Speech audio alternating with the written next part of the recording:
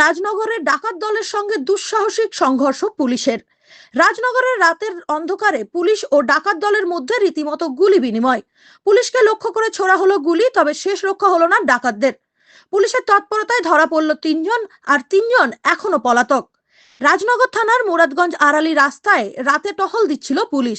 ঠিক তখনই সন্দেহজনকভাবে দুটি বাইক দেখে তাদের থামাতে গেলেই আচমকা পুলিশের উপর হামলা করে ডাকাত দল।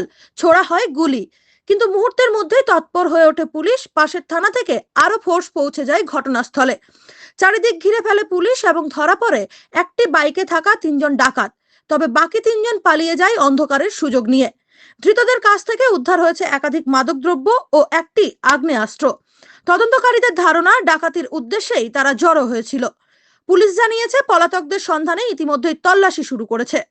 ধৃত 3 জনই বীরভূমের কাকুরতলা এলাকার বাসিন্দা। বীরভূমে একের পর এক ডাকাতির ঘটনা সামনে আসছে, তবে পুলিশের কঠোর নজরদারিতে বারবার ব্যর্থ হচ্ছে দুষ্কৃতীরা। এবার দেখার বাকি 3 জনের নাগাল কত দ্রুত পায় পুলিশ। 3 জনকে অ্যারেস্ট করা হয়েছে। নাম্বার 1 হচ্ছে জিয়ারুল, তারপর হচ্ছে মুরতাজ আর ইসানুর। 3 জনকে গতকাল রাত্রিতে রাত 12:25 বাজে সেই সময় পুলিশের কাছে ইনফরমেশন ছিল যে এরা অবৈধভাবে মাদক দ্রব্য পাচার করছে।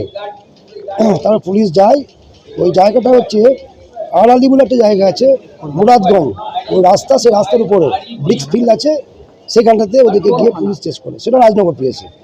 আর এদের বাড়ি সব কাকরতলা পেয়েছে। এরা অবৈধভাবে স্মাগলার করে এগুলো বিভিন্ন মাদক দ্রব্যগুলো। তো 8 লিটারের মতন কোডেন মিক্সচার উদ্ধার করা হয়। তার সঙ্গে ওই আর্মসটা সিজ হয়েছে। পুলিশকে লক্ষ্য করে গুলি ছুড়েছিল 1 রাউন্ড, সেটাও সিজ হয়েছে। এছাড়া মোবাইল ফোন, মোটরসাইকেল এগুলো সিজ হয়েছে। আজকে প্রোডাকশন করা হয়েছে কোর্টে। 7 দিনের পিসিতে নিয়ে যাওয়া হলো। এটা নিয়ে যাচ্ছিল কোথায়? বিভিন্ন জায়গায়, ঝাড়খণ্ড থেকে যাচ্ছিল, ঝাড়খণ্ড সাইড থেকে আসছিল। কোথা থেকে আসছিল? কাকরতলা থেকে আসছিল, সাইড থেকে আসছিল। পুলিশ কদিন চেয়েছিল? 7 ডেজ চেয়েছিল, 7 ডেজই আলাদা হয়েছে, পিসি আলাদা হয়েছে। আপনার নাম? Tapan Goswami, special PP, ND base court. দেখুন, রাজনগর থানার একটা ইনফরমেশন ছিল যে কিছু দুষ্কৃতকারী ওই এলাকায় জমায়েত হয়েছে এবং সেখানে কিছু ওরা ড্রাগসের ব্যবসা করে, ড্রাগস পাচার করে। সেই ইনফরমেশন পেয়ে ইনফরমেশন অনুযায়ী ওয়ার্কআউট করতে যায় পুলিশ। মানে সেই জায়গাতে পৌঁছালে সঙ্গে সঙ্গে পুলিশের দিকেও গুলি চালায় এবং হাঙ্গামা করার চেষ্টা করে।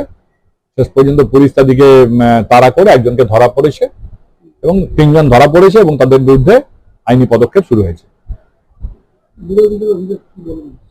দেখুন, বিরোধীদের অভিযোগ তো শুধুমাত্র অভিযোগ করলেই হবে না। ওরা ভোটার লিস্ট থেকে শুরু করে যাতেই পারছে তাদের বিরোধী পক্ষের একটা অভিযোগ তারা এনেই থাকে। বিরোধী পক্ষের অভিযোগ একদম সম্পূর্ণ মিথ্যা অভিযোগ। পুলিশ সক্রিয় আছে এবং সক্রিয় থাকার জন্যই কিন্তু বিভিন্ন আমাদের ধারে পাশে যে সমস্ত রাজ্যগুলো আছে, বিশেষ করে ঝাড়খণ্ড, এখান থেকে মাদক থেকে শুরু করে বোমা বারুদ গুলি থেকে শুরু করে এগুলো যে চলে আসছে এবং এখানে ইনফিল্ট্রেট করছে এবং এখানে অশান্তি লাগাবার চেষ্টা করছে। পুলিশ সক্রিয় আছে, পুলিশ যথেষ্ট সক্রিয় আছে বলে এই সমস্ত জিনিসগুলো ধরা পড়ছে এবং তাদের বিরুদ্ধে আইনি ব্যবস্থা হচ্ছে।